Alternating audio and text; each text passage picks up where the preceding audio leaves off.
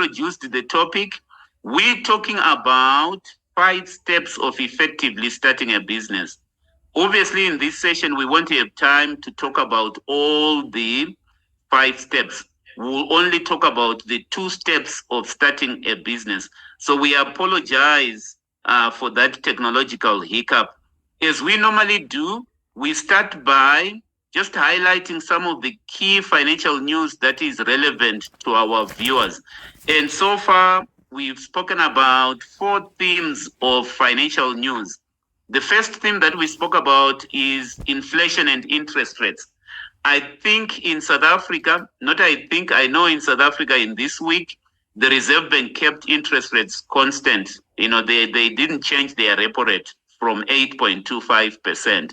The one thing that is interesting to me is that the Reserve Bank governor indicated that interest rates, they indicated that they are not in a hurry to cut interest rates. So if you're out there, you're struggling under the burden of debt commitments, don't be so optimistic. Interest rates will take time to come down. As you know, in South Africa, we are experiencing 15-year high interest rates. And what I'm saying to you is that the Reserve banks all over the world, including in America, they are not in a hurry to cut interest rates. And the reason why they are not in a hurry to cut interest rates is purely because they are concerned about the upside risks to inflation. And Jerome Powell in America has said, as such. We've also seen countries in Africa actually increasing interest rates. For example, in this week, Nigeria increased their interest rates to something like 24.75% because they are experiencing a currency crisis, and they're also experiencing some kind of inflation problem in Nigeria. So that's the first theme of news that we wanted to highlight to our viewers. The second theme is about financial crooks. And there are 2 points that I would want to make under this theme. Number one, never ever cheat people out of their hard-earned money. It doesn't matter where you are on the investment value chain, the law will always catch up with you. And then secondly, as you go about on your investing journey, just know that there are financial crooks out there. Just know that there are fraudsters out there. So the 2 stories that I would want to bring under this theme is firstly about a gentleman called Marcus Euster. One day I will tell you the story of Marcus Euster. I've written an entire case study about this guy. He is responsible for spearheading the largest corporate collapse of an organization called Steinhoff in South Africa. And a lot of pension funds lost money. A number of banks also, lost money. For the past 7 years, it seemed like Marcus Euster was going to get away with it. But in the past 2 weeks, the law caught up with him. The first thing that happened some few months ago is that the Reserve Bank froze his entire estate. I think 1.2 billion worth of assets have been frozen and under the control of the state. Secondly, he got an arrest warrant in this week. In fact, by the time that he killed himself in Amanas, the police were closing up on him. And then in this week again, a day before he killed himself, he had received a fine of 495 million from the Financial Sector Conduct Authority. So it doesn't pay to do financial crime. In America, another crook called Sam Bankman-Fried, who is a guy, he's actually a 32-year-old gentleman who's been on trial for stealing 8 billion worth of funds from the cryptocurrency exchange called FTX that he founded. He's been on trial, and in this week he was sentenced to 25 years imprisonment, and he was ordered by the judge to pay back 11 billion, which means that even after he has been released from prison, because he doesn't have money at the moment, even after he's been released from prison, he will still need to spend his income paying back investors, to the extent of 11 billion. And that's a lot of money. So it doesn't pay to do crime, but also as a wise investor, astute investor, just be on the lookout for financial scams, out there. Let's talk about retirement news. That's the third theme that I would want to talk about today. In this week, the South African Parliament finally approved the pension fund reforms that will give effect to what they're calling a two-pot retirement system.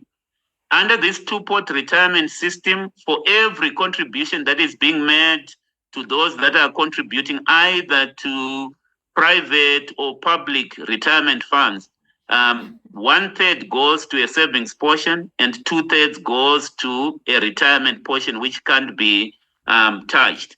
I think this pension fund, this act of legislation is actually a positive development, because previously we had situations where people would experience financial distress and then they would have to resign from their jobs in order to access their retirement funds. And obviously that delays the accumulation of retirement savings. In other words, if you do that, you're not going to achieve your retirement outcomes. So we view this legislation as a positive development, as something that was long in the waiting. Obviously, people have to be educated, and we are advocates for financial education. I must point out, though, that in the world, everyone is talking about, globally, people are talking about a looming retirement crisis. For example, in this particular week, there was a survey that was done in America, and it was quite clear that about 21% of the American population will actually reach the age of 65 or, attain retirement age in the next at the end of this decade. And what it means is that, most of them, in fact, of the people that were surveyed, only 36% were actually comfortable that they had enough money saved for retirement. So here is the thing, viewers. Just make sure that you save enough money for retirement, because it doesn't matter where you are, there is a looming retirement crisis. In all likelihood, many people that are working today will need to extend their working years beyond 65 years because they wouldn't have accumulated enough savings to sustain them until they die. Then the last thing that I want to talk about is investment. I found it interesting. Most of you would know that Donald Trump is running for the presidency again in America. Last year, not last year, when he was ending his presidency, the first, when he was ending his first term, he was actually booted out of social media platforms such as X, such as Facebook. He then decided to start his own, company. He started his own social media company called Truth. I think it's called Truth Social, which is supposed to compete with X, compete with Facebook. So that company was listed on the Nasdaq Stock Exchange in this week. And what I found interesting is that when it was listed, its price actually rose by something like 69%. And that, in my view, is not supported by fundamentals, at all. I think when it rose to 69%, it had a valuation of 8 billion. And since Donald Trump owns about 60% of that company, he added in this last week about 4.2 billion to his net worth. But there are two things that I want to say about that story. The first thing that I want to say is that in this fourth or fifth industrial revolution, we are having a situation where personal brands can be even more valuable than company brands. We have been talking about company brands. If you look at this company called Trump Media, it essentially gets its value from Trump as an individual. So if Trump is not being viewed in positive light by people, then the valuation of this company actually goes down. And the only reason why this company has gone up in prices at the time that it was listed, and the valuations don't make sense to me, it's actually overvalued. The only reason why it has gone up is because Trump is vying for the presidency in America. And I find that very interesting. The second thing that I would want to say is that every time you invest on the stock market, just make sure that you invest based on fundamentals. So if I were you, I wouldn't invest in Trump Media and Technology because that's the name of the company. It's actually interesting. Most of the investors in that company are actually Trump loyalists, people who support Trump. So Tafazo, those are the four themes that I wanted to talk about, today. Thank you very much. I'm quite inspired by Trump's company. I'm really inspired. I'm so much looking forward to the book of the week. And I understand that our book of the week is freely available on the internet. Tell us more about this book, Themba, and give us your thought for the week. You're totally right, Tafazo. Our book of the week is available on the internet. And I would want to advise all our audience to actually download this particular book. It's a book that just summarizes all the articles from the Harvard Business Review. It's called Harvard Business Review Entrepreneur's Handbook. I've gone through, I think this book is more than 330 pages. In this week, I went through the 330 pages. I think what this book does, and most of our content for today and also for next week is actually, is actually coming from this book. This book provides entrepreneurs and anyone who is aspiring to be an entrepreneur with a framework, with advice, and with tools that they need to launch and to grow their business. Tafazo and I have actually distilled all the content in this book to 5 steps that you need to follow if you are to launch and to grow your your business. The one thing I like about this book is that it actually contains real case studies of entrepreneurs who have been successful, and they tell stories about what caused them to be, successful.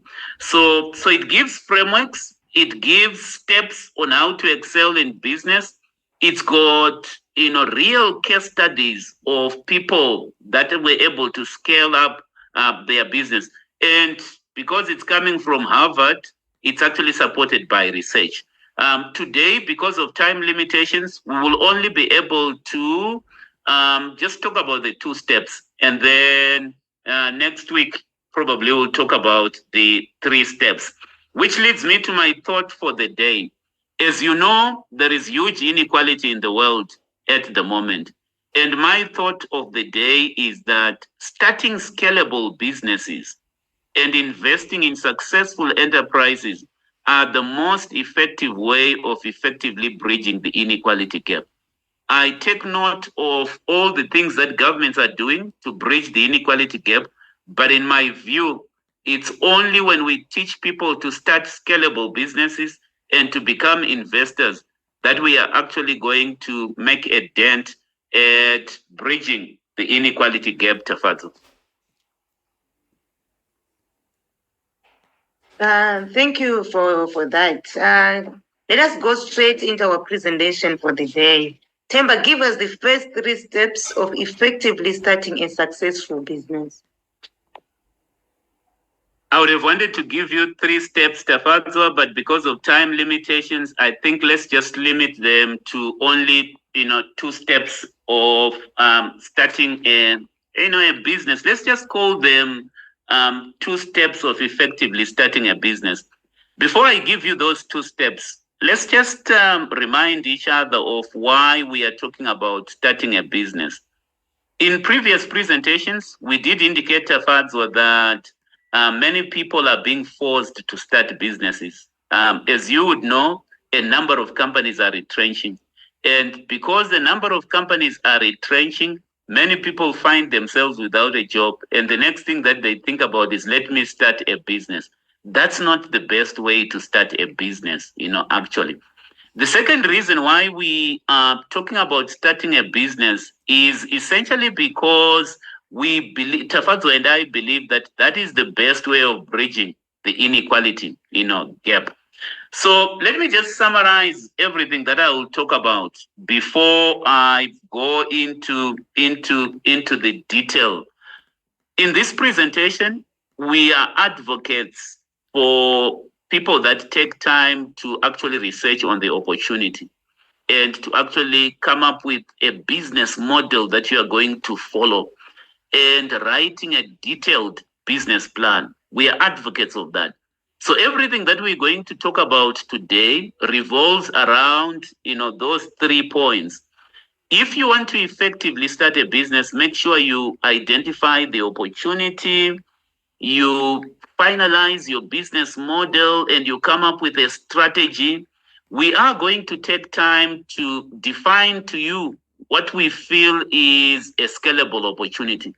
And as I indicated, this content, is our own summary of the points that are coming from the book that I spoke about, earlier on.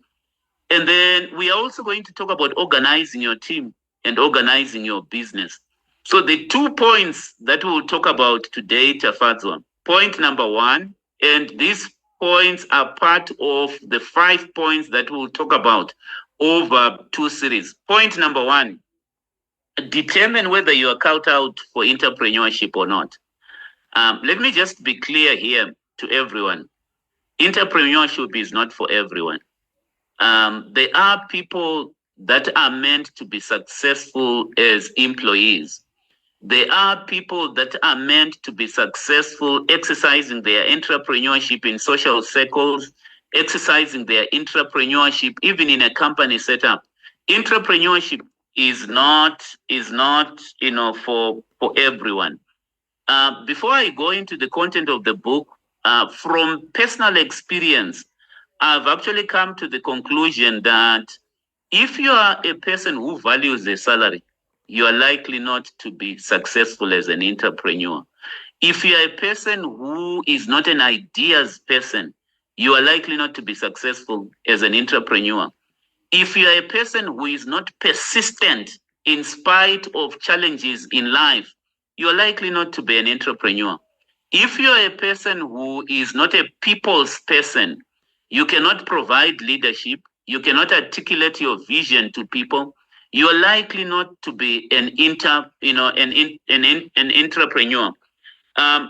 In this book, they talk about common entrepreneurship traits, and some of the common entrepreneurship traits that they talk about, as far as ideas and drive are concerned, they talk about creativity, vision, the ability to identify opportunities. And then they've got some interesting research around passion. Sometimes you hear people talking about you have to be passionate. The writers, like the point about passion, but they clearly mention that research shows that passion simply doesn't correlate with success in business, especially for founders. So the fact that you are passionate about a product, you are passionate about an idea, it's a good thing, but passion doesn't necessarily correlate with success. Research also shows that passion in entrepreneurs tends to fade over time, even during the first few months of the enterprise founding. So that's the point about passion, there. So we've spoken about ideas and drive. Let's talk about people skills. One of the things that they mention is that entrepreneurs should have people skills. And here we're talking about, the ability to persuade people, the ability to influence people, the ability to build networks, and the ability to excite people through your vision, right? Let's also, talk about other entrepreneurship traits. You must be goal-oriented.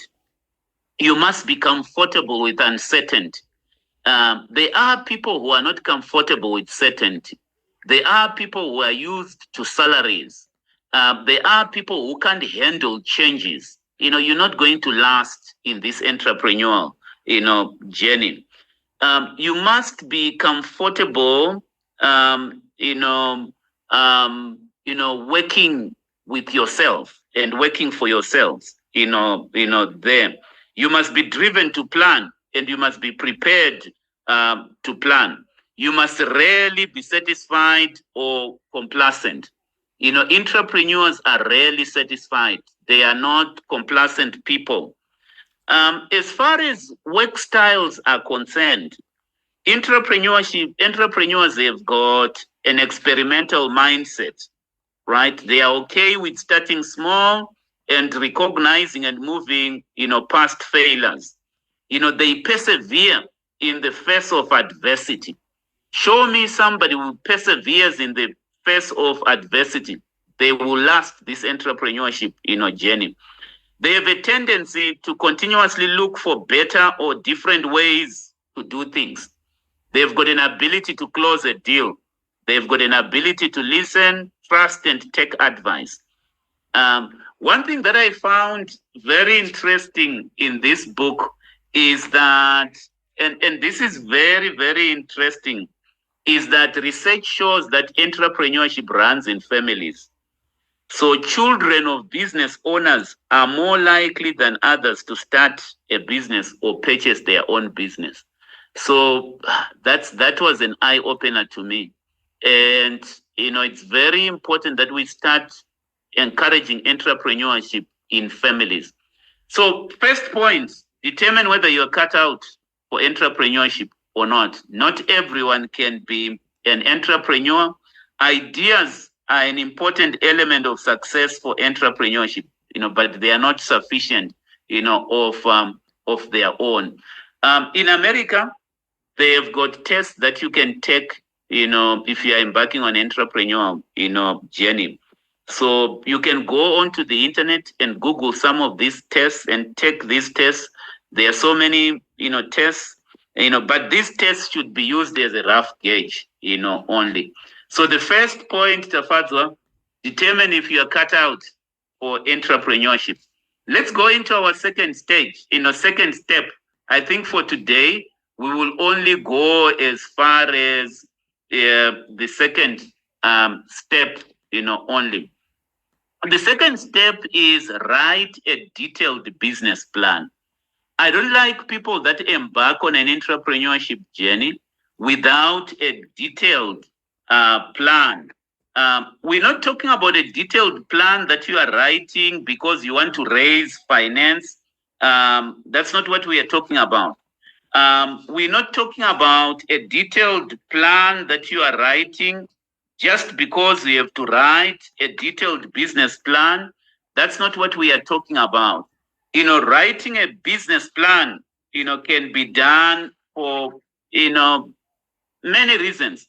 Number one, a business plan is a deep reality check and a blueprint. The act of writing a plan will force you and your team to think through all the key elements of your business. So even if you have no intention of raising funding, even if you have no intention of strategizing for official purposes, just write a plan, right? You can also use your plan to obtain advice from people. Sometimes people come to me for advice. Will my business work? And then I ask them, where is it written? If you can write your business plan on paper, people will be able to interrogate your plan and give you, advice. And then thirdly, I find the business projections in a plan to be useful, particularly from a budgeting point of view. So it's very important that we take time to plan. Obviously, it's rarely the case that you are going to meet all your targets that you have articulated in a business plan, but that initial act of planning is very, very important. Under this point of writing a business plan, I've got 3 sub-points that I would want to talk about. Point number 1, identify the opportunity. Businesses that last are businesses where the entrepreneur has actually identified a problem to be solved. Let's define what that business opportunity is. A business opportunity is simply a product. It could be a service that creates significant value for customers and offers significant potential from a profit point of view to the, entrepreneur themselves. So identify the problem that you would want to solve as an entrepreneur. Some people come to me and say, Themba, is this a good opportunity? Let me just give you 4 things or 4 considerations that you can take into account if you want to evaluate the opportunity that you are considering. Number 1, it must be an opportunity that creates significant value for customers. If you are to set up a very significant business, scalable business, you must set up that business with the customer in mind. In fact, I know of a quote to the effect that we don't create businesses to sell to customers, but we have to come up with products for our customers. Everything that we do has to be, from a customer orientation. Secondly, the opportunity offers significant profit potential to the entrepreneur or to the investor. So you cannot embark on a business if you have no idea what the return on investment is all about and how that profit opportunity, the profit potential compares to other business. Number 3, the opportunity is a good fit with the entrepreneurs and with the entrepreneur's ability. In other words, the capabilities of the founder and their team. There cannot be a mismatch between the opportunity and the team that is going to execute on that opportunity. Number 4, it must be durable. In other words, the opportunity must persist for a long time. I come across entrepreneurs who see an opportunity, but that opportunity will not last in the short term. Those are not sustainable, businesses. And then we can add a 5th quality, here. The opportunity is amenable to financing. In other words, people can actually fund that opportunity. Sometimes we talk about a bankable business plan. A bankable business plan is a business plan that people can actually fund, right? So underwriting a business plan, point number 1, identify the opportunity. Point number 2, build your business model. I always like people that have actually thought carefully about their business model. This business model is a visual depiction of the elements of your business. Elements such as, who are your key partners? What are the key activities of the businesses? What are the key resources that you need for your businesses? What is your value proposition to the customer? What are the customer segments that you are serving? And how are you going to deliver services to those customer segments? What are the cost structures and the revenue structures of your business? So sometimes we advocate for a business model canvas, where on one page you actually identify all those elements on a canvas, right? And you also tell us about what is it that is going to make you successful as a business. So identify the opportunity. I've given you 5 characteristics of what constitutes a business opportunity. Build your business model and build your strategy. A strategy is not a complicated thing. It's those things that are going to give you competitive advantage. And then lastly, after you've done that, then you organize your team. And all of those things must be documented in a detailed business plan. Those are the 2 steps that we're going to talk about, Tafadzo. And then in future presentations, we're going to talk about step number 3, 4, 5. But for today, determine whether you're cut out for entrepreneurship. And then step number 2, write a detailed business plan. Thank you very much, Themba, for that. Well, we're learning a lot. Someone once said, you can start small. It's okay to start small, but it's a case to remain small. So I think as we are learning on entrepreneurship, our business plans as we write them, we're seeing a big picture where we will not remain small. We'll conclude on the 3 steps in our next presentation. Any concluding comments from yourself, Themba, and how can people get hold of you? Entrepreneurship and investing are the 2 most effective way of bridging the inequality gap, that we are seeing. Encourage your children to be entrepreneurs and not to be people that look for jobs. Research is actually showing us that entrepreneurship runs in the family. So in those families where they talk about money, where they talk about entrepreneurship, where entrepreneurship has been modeled to the children are likely to be, successful. Tafazo and I always pride ourselves as being first generation entrepreneurs. And I wonder how entrepreneurship will look for our children, because they have been part of the entrepreneurship ventures that we have created. And I can only imagine that they will take things, to the next level. The other point that we've highlighted today is that be formalized when it comes to starting a business. There is a right way of starting a business. Take some time to research on the opportunity. Some opportunities that look like opportunities are not opportunities.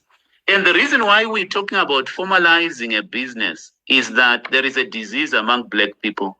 And the disease is sometimes we talk about hobbies as businesses. Sometimes we talk about, things that we do in our spare time as businesses. Those are not businesses. They are just things that we do, activities to pass time. I wouldn't classify them as a business. A business is an asset of value that we are trying to build over time. A business is something that we can scale up.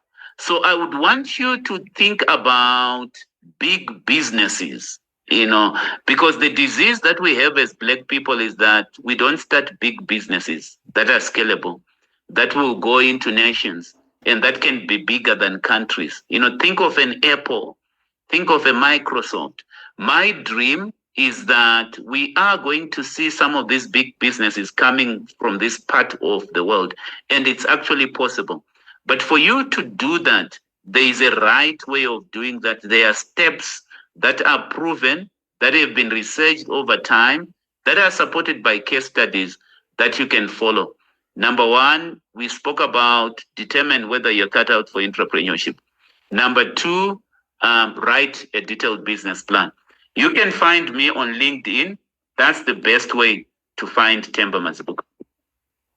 Thank you very much, Themba, for the insightful session. We really appreciate the support, and we're learning a lot, and we'll implement so that we build businesses that will impact nations. In one session, you say, do not aim to be a local champion. So I'm sure you know that you're saying, you're encouraging us not to celebrate being local champions, but to go beyond our comfort zone.